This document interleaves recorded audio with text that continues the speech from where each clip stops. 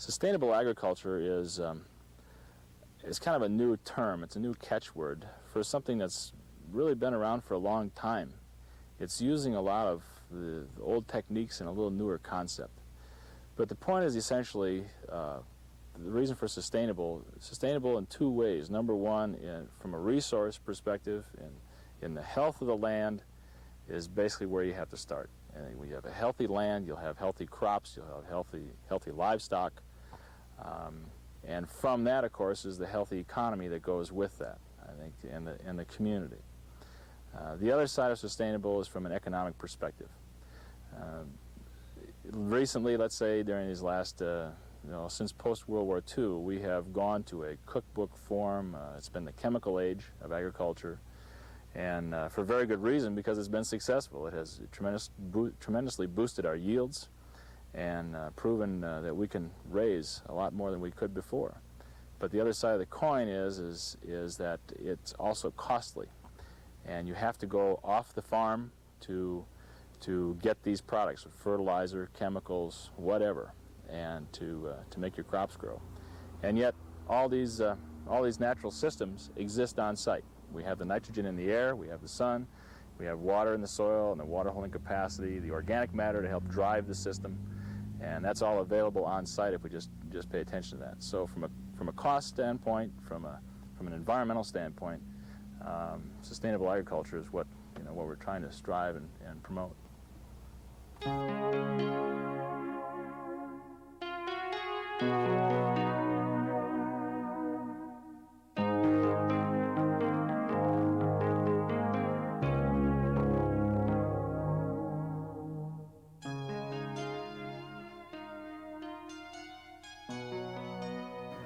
For thousands of years, nature has given sustenance for all living things.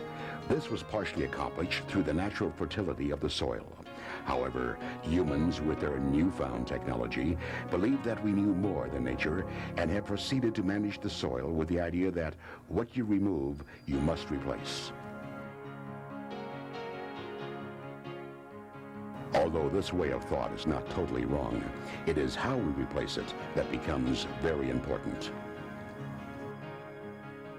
The reason that sustainable agriculture has come back up in the United States and Canada, it started with Rachel Carson's book, Silent Spring, and the concern about chemicals being used in connection with agriculture. But there's a lot of other reasons too, the losses of soil, erosion of soil, but also the erosion of communities. And so I sometimes put a slash between sustainable agriculture and, say, sustainable communities too, because after all, the two are inexorably tied together, that sustainable agriculture isn't of much value if the communities are gone already, or if the communities cannot be sustained. And this is a question that is of great importance to all of us. Sustainable agriculture has been called the original biologic because it takes as a pattern some of the conditions which existed before agricultural practices began. Clear back thousands of years ago, there was some knowledge that by taking human waste and animal manures and cuttings and leaves and so on, and plowing them back or mulching them onto the soil was effective. China perhaps has the longest history of this. There are areas where it's been determined that agriculture has gone on for 5,000 years, and the soil is about as good now as it must have been 5,000 years ago. And that's because they're putting every possible thing they can back on the soil. Now you recognize again that as you remove product from the soil, you're going to have to artificially enhance. In other words, the product of an acre, if it were transformed into manure, there'd still be a loss. Some is volatilized, some is consumed off-site, and so on. You're never going to get 100% back, so there has to be some way of adding. And this is sometimes done in the form of minerals of various things like rock phosphates, other unrefined minerals which can be dug some places. There are even areas where coal, wood ashes and things like that have been applied back on the soil, and within reason they do have some nutritional effect for the soil. By the late 1800s, I think in North America people had begun to really understand, and they not only understood the benefits of rotations, because one crop like buckwheat, or now as we're experimenting with canola, can break down phosphorus, which is very plentiful around. It's just not usable. I mean, the ground around us has hundreds of tons of phosphorus per acre, but the poor plants could starve to death for phosphorus because it's not in a usable form. By rotations, which certainly my father and grandfathers used, you not only broke insect and weed cycles, but you tended also to draw out potash and phosphates from the soil, perhaps even sulfur where it is available. Nitrogen, again, was the one that tended not to be available because that's part of the organic matter. So we had a peak at that time, and then after the Second World War, what we call, quote, chemical agriculture began to come into the fore, because by that time we had lost enough nutrients from the soil everywhere that there was no feasible way of bringing that nutrition of the soil back up except by artificial inputs. Our intention is to offer images and ideas which are presently in use in Montana's gardens and fields. Practices which illustrate those aspects of sustainable agriculture which can be achieved by all of us right now. Our goal is to form a new viewpoint on how we can work with the soil and accomplish a more sustainable agriculture towards a more responsible future. The first real studies, scientifically speaking, of soils probably occurred in the early 1800s. Von Liebig and others, German researchers mainly, began to really study soils. By then, microscopes had been perfected enough so that it is possible to consider that there was actual life in the soil, animalcules, as they used to say. People like Thomas Jefferson and others began to notice that the practices of agriculture, which by then had gone on for around 100 years in Virginia, were severely depleting soils. And crops like cotton and tobacco, for instance, would prosper for a while on newly broken ground and then begin to decline and decline. And he began to notice the effects of manures. And for a long time, people didn't understand that they needed to put the manure from their livestock back on the soil.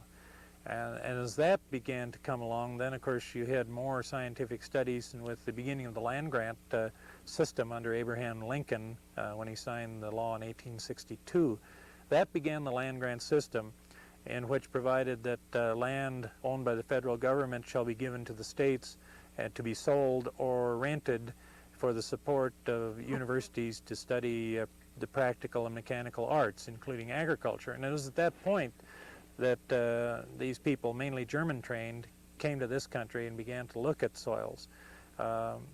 Farmers, for a long time, because here in Canada, Australia, other places, the land was sort of a free good, and one of the things that occurred even as late as the 30s and 40s was for farmers to make the statement, well, I'm only 60 years old, but I've already worn out 4 farms. And this did happen in Kentucky, Tennessee, and places like that, where they not only sapped the nutrients from the soils, but because of the way they farmed them, huge gullies formed, and from that came things like the Tennessee Valley Authority and the Soil Conservation Service, which were used to try to get people to quit farming in a way that destroyed everything. The Dust Bowl era, of course, then after the plains had been plowed, showed that the Great Plains were an area which was questionable whether those soils should have ever been exposed. And of course that's a debate to this very day. Areas like right here, which are primarily irrigated, the soils, because we can apply all the water we need and because we can turn under green manure crops and so on like that, it's much easier to maintain them. But that requires a whole new set of studies, because you're dealing with an artificial effect, the effect of irrigation, and then a fertilizer either in the form of nitrogen through leguminous crops or applied on top of the soil as manure or chemical. That has a whole effect, and they in turn have effects on the populations of bacteria and insects and invertebrates in the soil. Agriculture is based on soil. Once considered by scientists as merely a growth medium which stores water and inorganic minerals until their use by plants, The soil is now recognized as a reservoir of fertility because of the complex interactions of biological life within it. What is the soil? Well, it's basically where everything starts from, and for the Soil Conservation Service, that's probably the most important part. But it's composed, first of all, of a mineral element, and also we consider the soil as having a water component, an air component, and a nutrient or organic component to it. And the health of the soil depends on the balance of these things, and you can't consider each one independently. They're all a part of the blend. To gain a basic understanding of the natural fertility of the soil, we must first look at the microorganisms which make up this living entity. The microorganisms which inhabit the soil can be listed as belonging in 5 basic families: bacteria, algae, fungi, protozoa, and actinomycetes. A single gram of healthy, fertile soil may contain billions of such microorganisms, and within the interactions of their complex society, located just beneath the surface of our planet, rests the key to survival of all life which exists above the surface of the earth. There is far greater abundance of life within the soil than the total of all forms of life that inhabit the surface of the earth. Yeah, when you put all the building blocks together, I guess, and particularly with the organic matter in there, you have the basis for other things to live. And we have various, microorganisms and macroorganisms that live in the soil, and they have their own activity going on, but they also provide part of the food and nutrient support system for plants, our garden varieties or grains or forage plants or whatever. And they are, the life of the soil is the organic matter and all these other microflora and fauna that live in the soil.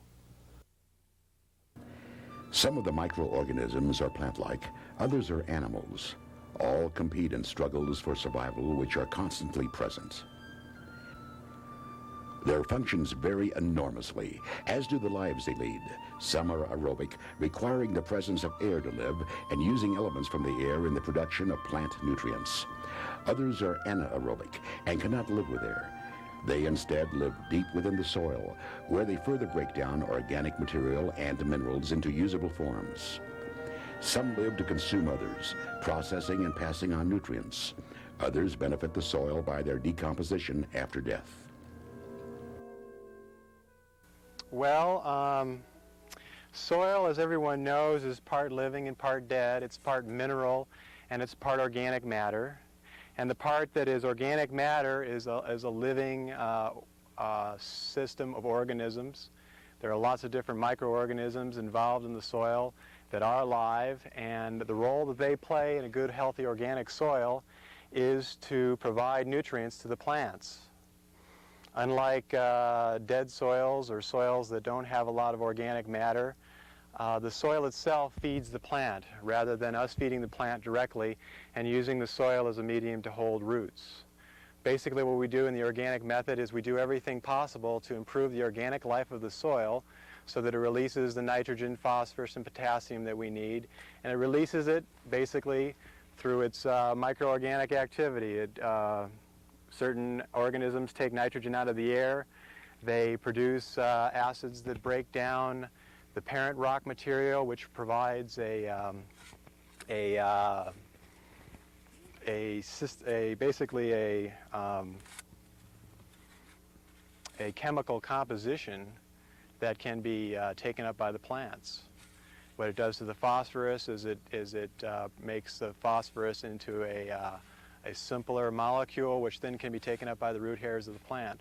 So basically we believe that everything that the plant needs can be provided through a very alive and active microorganic activity in the soil. Healthy soil contains larger life forms. Mites, rotifers, millipedes, and ants are just a few of them. Okay, the soil isn't entirely bacteria or stuff you have to look at through a microscope. There's all sorts of little bugs and worms and grubs and these kinds of critters, if you will, that are in the soil. And you know, we usually think of grubs as being dangerous for garden crops and whatever else like that. They whittle away at the stems and whatever else like that. They're kind of chewers. But they also digest other kinds of plant material as well. And so they're not entirely a terrible critter. And then there's earthworms, and earthworms are very beneficial. They're probably considered the, you know, the real top dog in the soil, because they can transfer a lot of organic matter from the surface down deep into the soil. They can create large pores in the soil where, you know, allows water to go down through, or other roots and whatever. And they bring nutrients from the lower levels up to the top, which normally aren't available. So they do a lot of mixing of their own and create a lot of pore space and air down in those lower levels. What earthworms also do is they break down organic matter. They take garden wastes and various decomposing plants, and they turn it into worm casings. And worm castings, rather, are a very excellent plant food. They are actually nascent humus. They're actually very close to humus, and they have all the properties of humus. And the properties of humus are a good, fluffy, friable consistency, which holds even more air and more water, and a organic chemistry that releases major plant nutrients to the plant hairs and is basically a fertilizer. As we progress into chemical agriculture, we notice that pest problems are becoming more prevalent. The solution seems easy. Spray on some pesticides and all our problems are solved. Well, anything with a side on the end of it is usually something that's intended to kill, and hopefully in a very specific way, but overall you have to consider these things as could be injurious.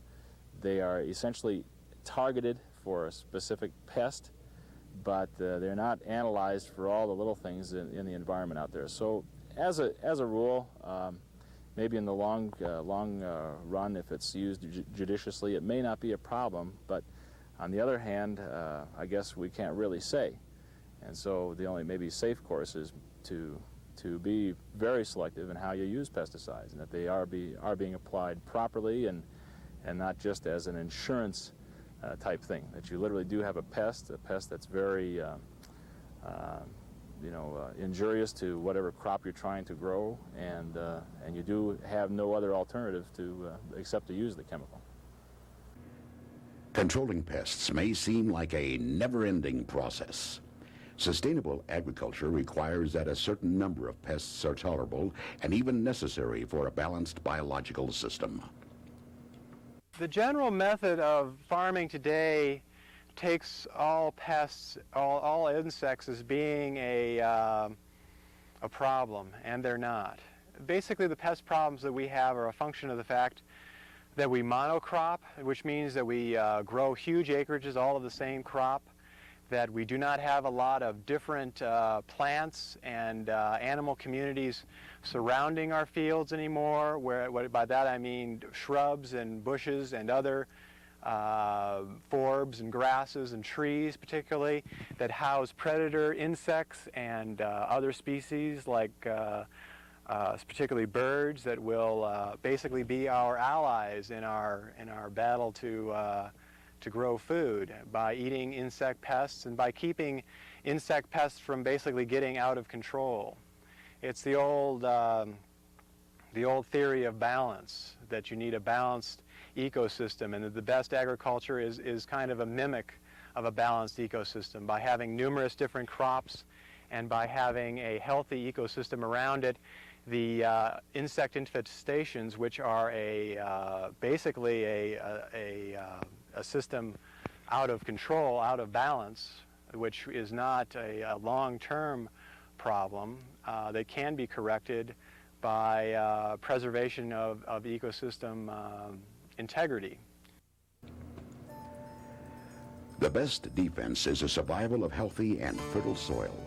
For effective control, you need to determine what pests are present and choose the best control based on its life cycle and habits. The services of biological consultants are readily available through the County Extension Services, local offices of Montana State University, and private consultants such as the Down Home Project. An expert can analyze your soil and pest conditions and help set up a program which will fit individual needs.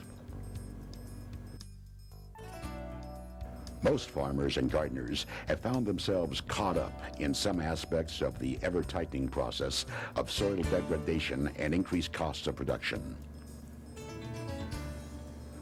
The first step toward a more sustainable system of agriculture involves rethinking current practices.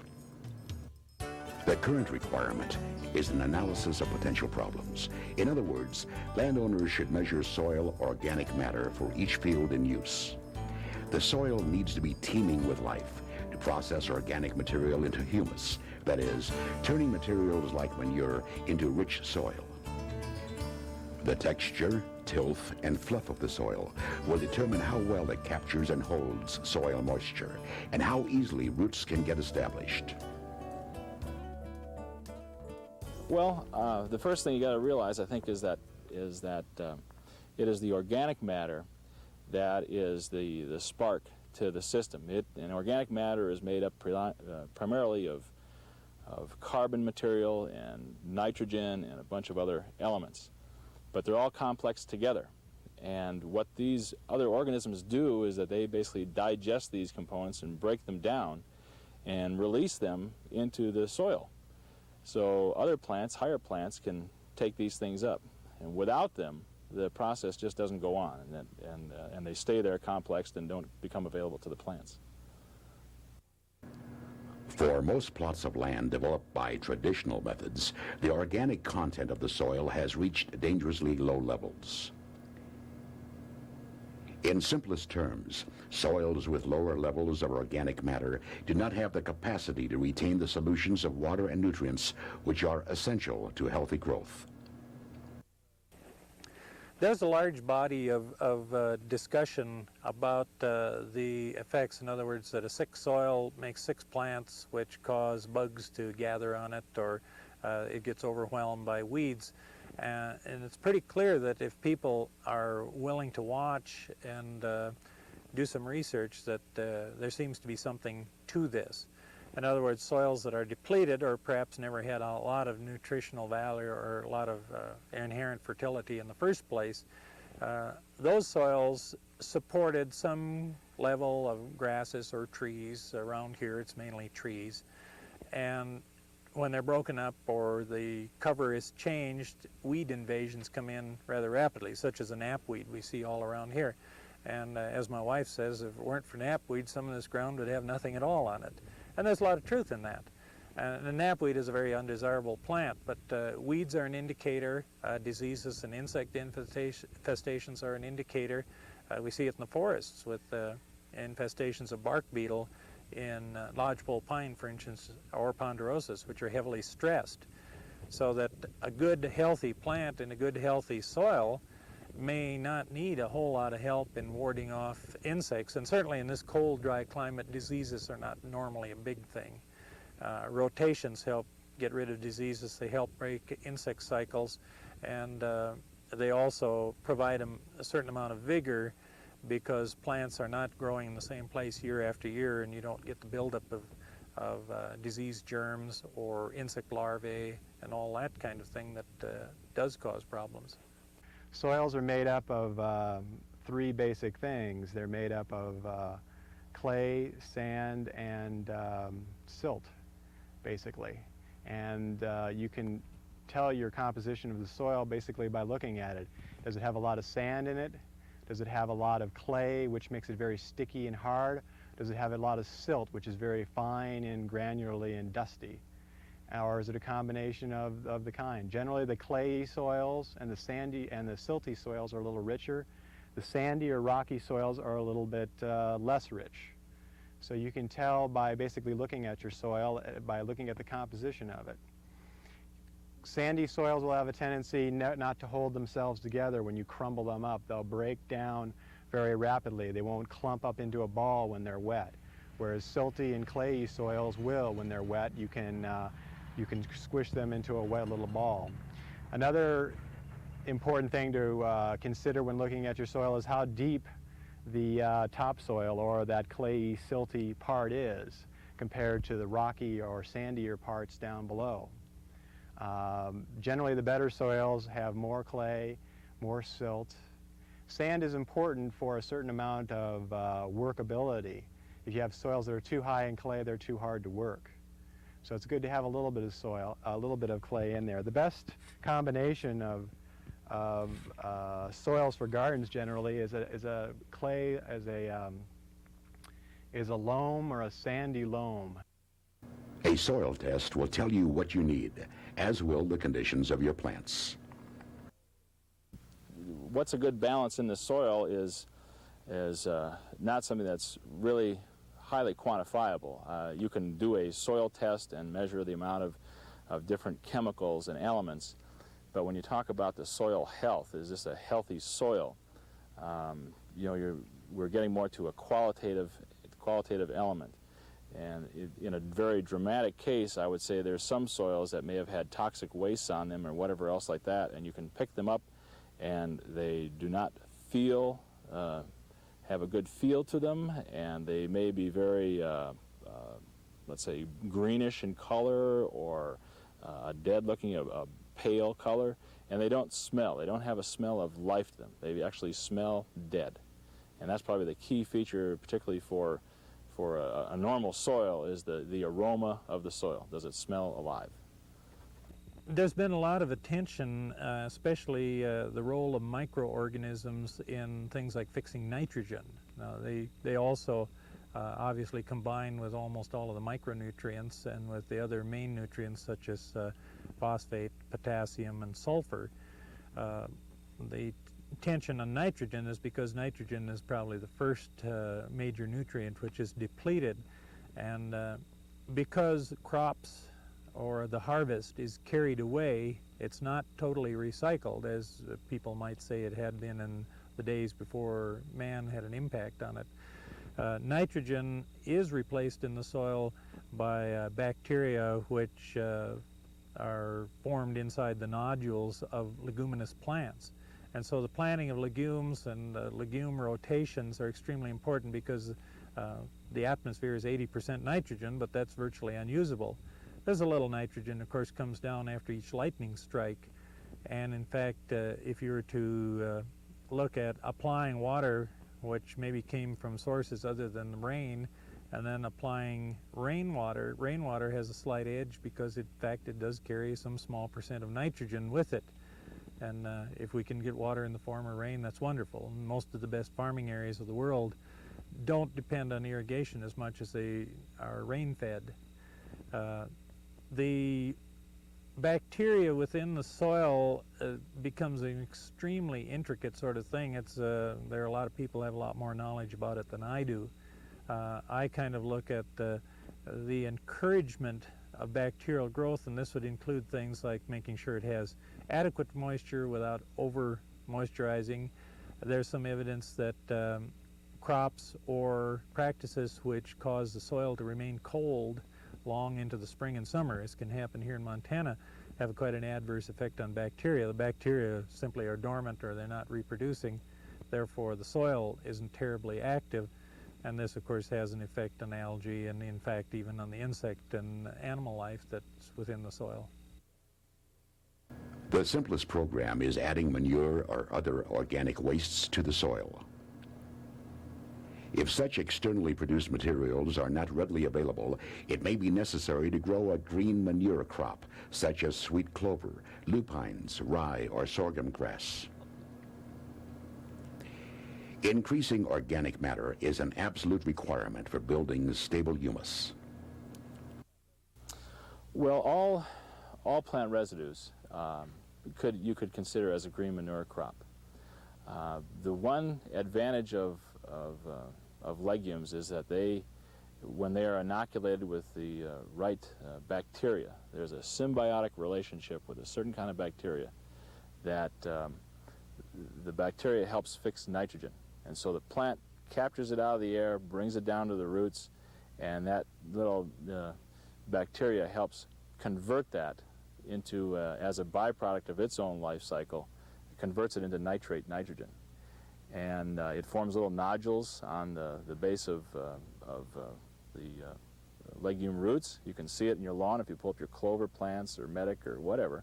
You'll see little nodules in there. You may even see some in your garden, peas and beans and whatever.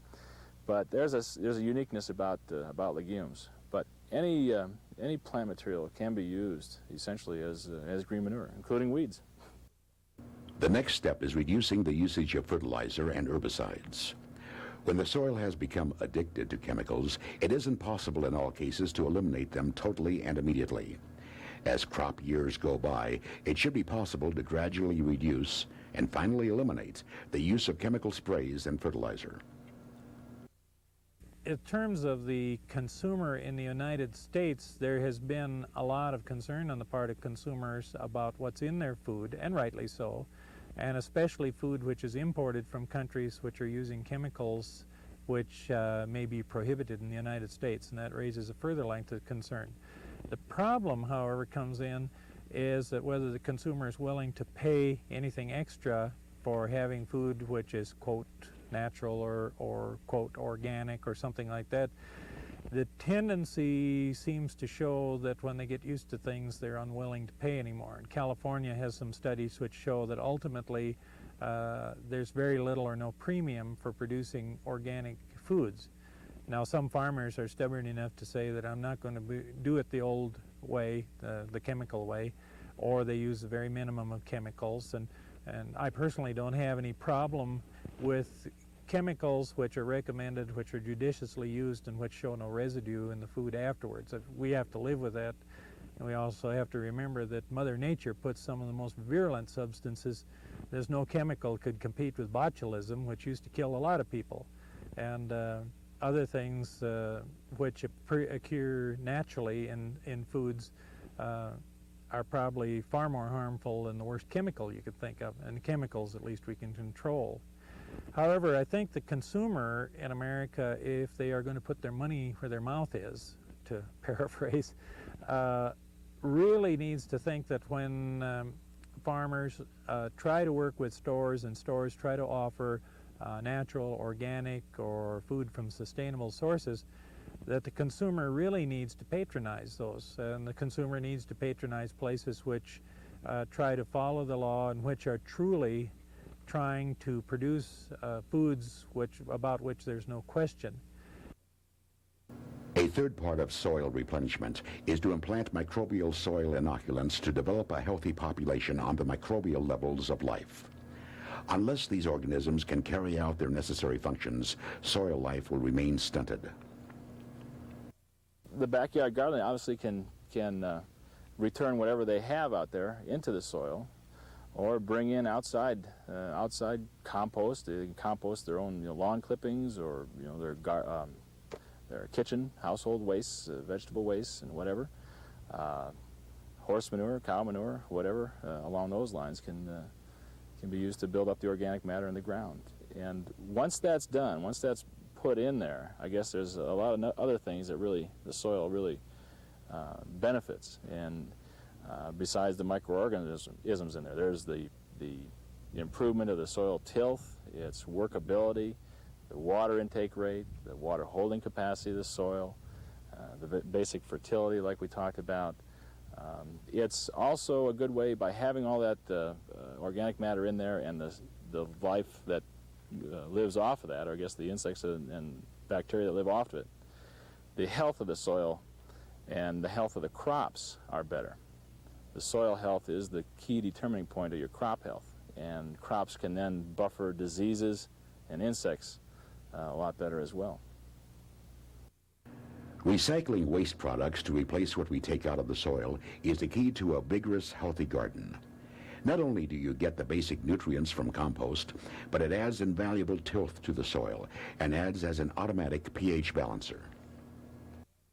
Yeah, compost is one form of organic matter, and it's quite simply just taking your old plant residues. Now, this could be your garden residues or your grass clippings, whatever else like that, and just as they are, or incorporating, you know, maybe some of your kitchen wastes or whatever. If you want to throw in the eggshells and the orange peels and all that other stuff, and your neighbors don't complain too much, why, you can do that too.